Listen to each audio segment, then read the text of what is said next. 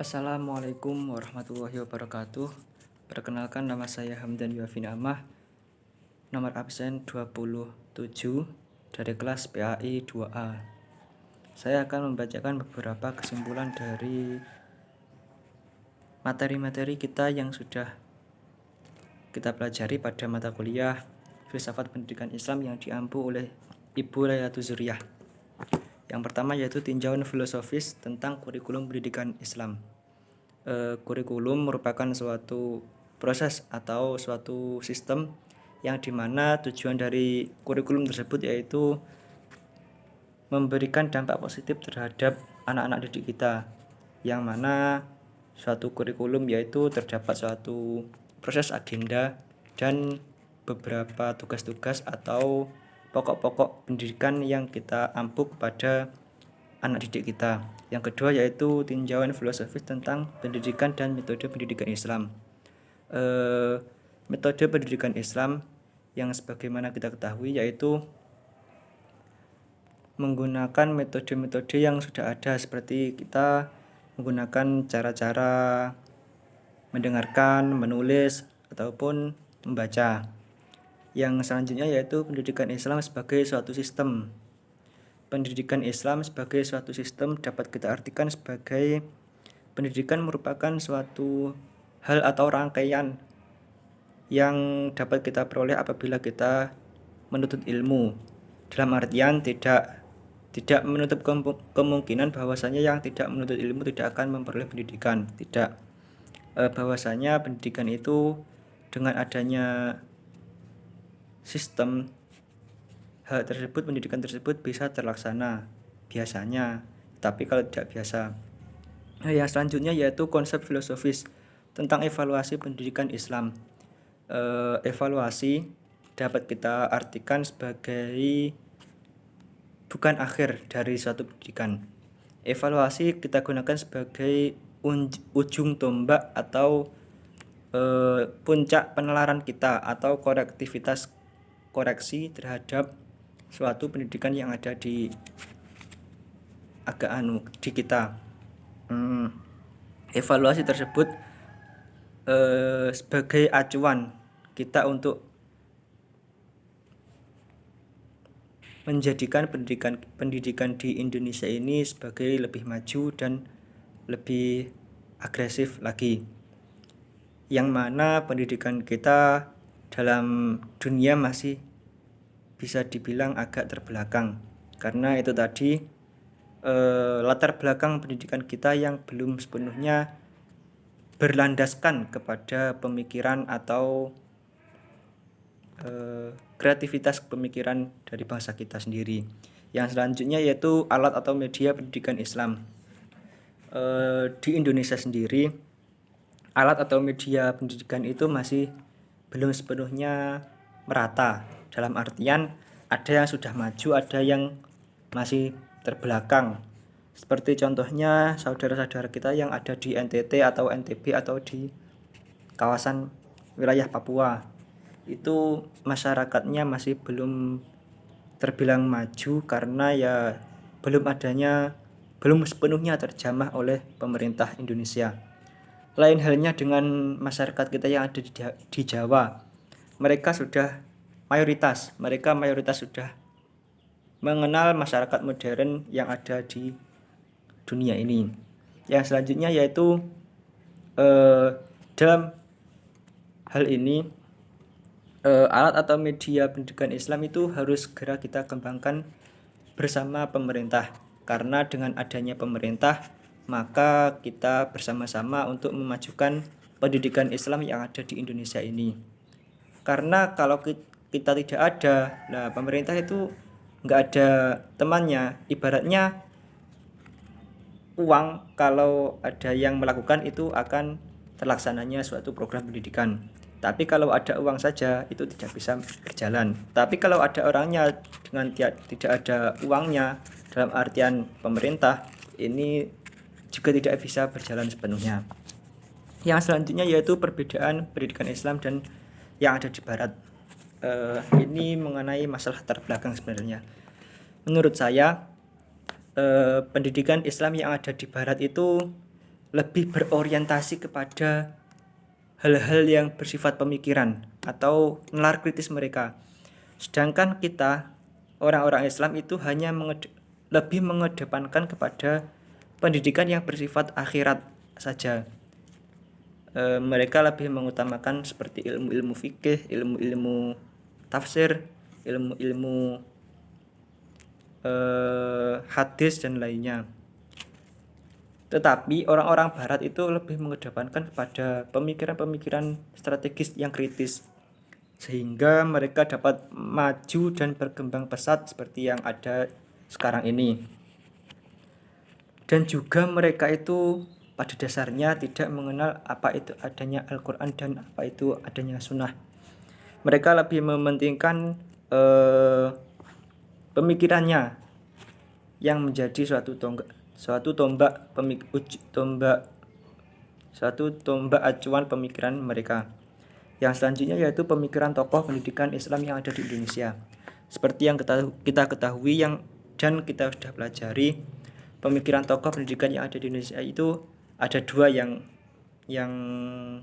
masyhur atau terkenal, yaitu yang pertama yaitu pendiri Jam'iyah Nahdlatul Ulama atau NU yang didirikan oleh Hadratus Syekh Haji Hasyim Asy'ari dari Jombang, dan yang kedua yaitu dari pendiri Jam'iyah terkenal yang ada di Indonesia yaitu Muhammadiyah. Keduanya memiliki peran dan kesan yang penting dalam pendidikan Islam yang ada di Indonesia. Yang pertama kita bahas dari Haji Hasyim Asy'ari terlebih dahulu. Beliau merupakan seorang pendiri Jam'iyah terbesar yang ada di Indonesia, yaitu Jam'iyah Nahdlatul Ulama yang berasal dari Jombang.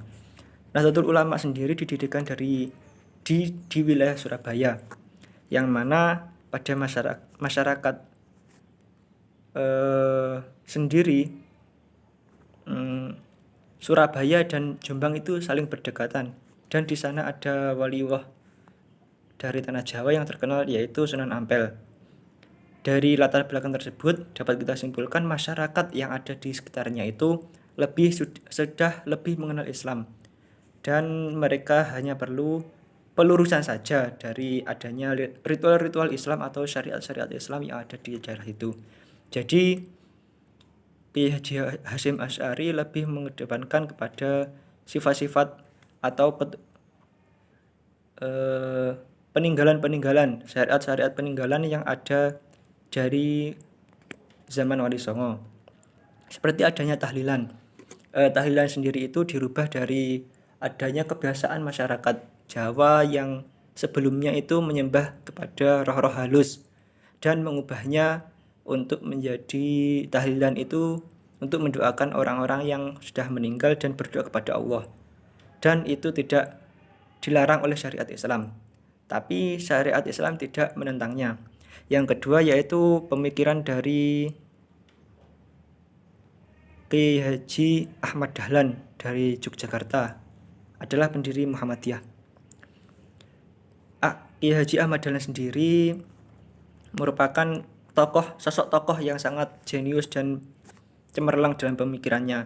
Beliau mengedepankan dalam pendidikan, beliau mengadopsi sistem-sistem yang penjajah lakukan, seperti menggunakan bangku dan kursi dalam sarana dan prasarana pendidikan beliau, seperti mendirikan sekolah yang bersifat modern dan lebih kepada mengenal dunia luar, atau lebih kepada berinovasi kepada yang melatar belakangi tercapainya pendidikan modern yang ada di Indonesia, seperti pondok-pondok modern.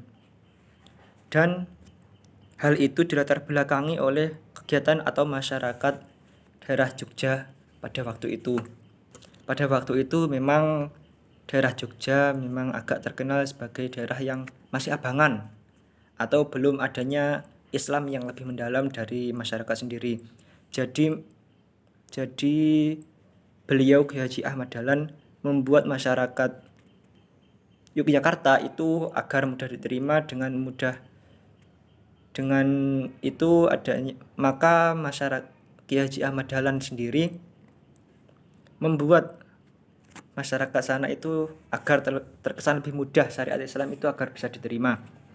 Yang ketiga, yang selanjutnya yaitu terakhir, pemikiran tokoh pendidikan Islam dari non Indonesia. Yang sudah kita pelajari kemarin yaitu tokohnya yaitu Muhammad Abduh dan Al-Ghazali. Dalam pemikiran mereka itu sudah sangat brilian sebenarnya. Beliau berdua mengedepankan pemikiran atau tasawuf atau filsafat mereka untuk memajukan pendidikan Islam yang ada di dunia Islam. Sebenarnya beliau berdua sudah membuat buku-buku atau panduan-panduan tentang pengajaran Islam di dunia pendidikan Islam. Dalam kitabnya, Al-Ghazali menekankan bahwa pemikiran itu adalah suatu hal yang mutlak ada di dalam kita. Begitu juga dengan Muhammad Abduh.